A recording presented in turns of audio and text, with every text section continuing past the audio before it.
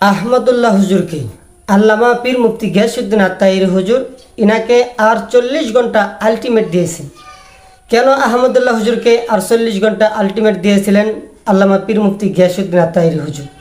চলুন আগে আমরা সেই ভিডিওগুলো আমরা দেখে আসি, তারপরে বিস্তারিত কিছু কথা বলবো ইনশাআল্লাহ। 40 বছর পর্যন্ত উনি নিজে তো নবী ছিলেন না, উনি নবী হয়েছেন তারপরে। আহমদুল্লাহ সাহেবকে বলতে চাই, আমি 48 ঘন্টা সময় দিলাম। 48 ঘন্টার ভিতরে তার বক্তব্যকে উড্ড করতে হবে, তওবা করতে হবে, জাতির কাছে ক্ষমা চাইতে হবে, আল্লাহর কাছে ক্ষমা চাইতে হবে।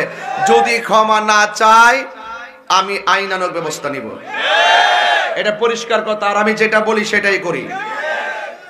সে যা বলেছে সব রেকর্ড আছে এবং দেখতেছি অনেক কিছু কিছু মাওলানারা তার পক্ষে দালালি শুরু করেছে, সত্যকে গোপন করতে শুরু করেছে, তারা খেয়ানত করতে শুরু করেছে। কথা বলেন ঠিক কিনা?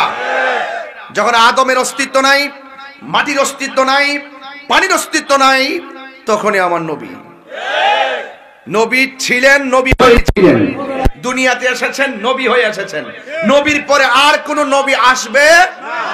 কিয়ামত পর্যন্ত আমার নবীর নবুয়তের ঝান্ডা উঠতেই থাকবে। কথা কোন ঠিক কিনা?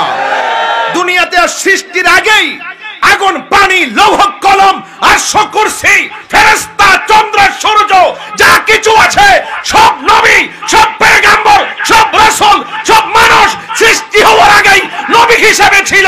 দুনিয়াতে এসেছেন, নবী হিসেবে এসেছেন। কিয়ামত তক নবীর নবুয়ত আগেও ছিল, দুনিয়াতে থাকা অবস্থায় ছিল, কিয়ামত পর্যন্ত থাকবে। তা অস্বীকারী বেঈমান, বেঈমান, বেঈমান।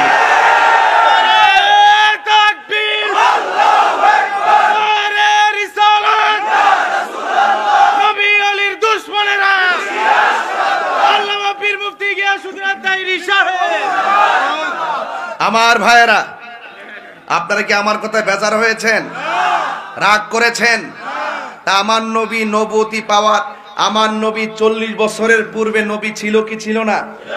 যে ব্যক্তি বলে এর আগে তো তিনি নবী ছিল না, এই কথার দ্বারা সে শুধুমাত্র নবুয়তকে অস্বীকার করে নাই, সে ডাইরেক্ট আমার আল্লাহ যে রুহানি জগতের সব নবীদেরকে নিয়ে ওয়াদা করেছেন, ওয়া ইজ আখাযাল্লাহু মিসাকান নাবিয়্যিনা লামা আতাইতুকুম মিন কিতাবি ওয়া হিকমা সুম্মা জাআকুম রাসূলুম মুসাদ্দিকুল লিমা মাআকুম লা তু'মিনুন্না বিহি ওয়া লা তানসুরুন্নাহু ক্বালা আকরারতুম ওয়া আখাযতুম আলা যালিকুম ইসরি ক্বালু আকরারনা ক্বালা ফাশহাদু ওয়া আনা মাআকুম মিনাশ শাহিদিন।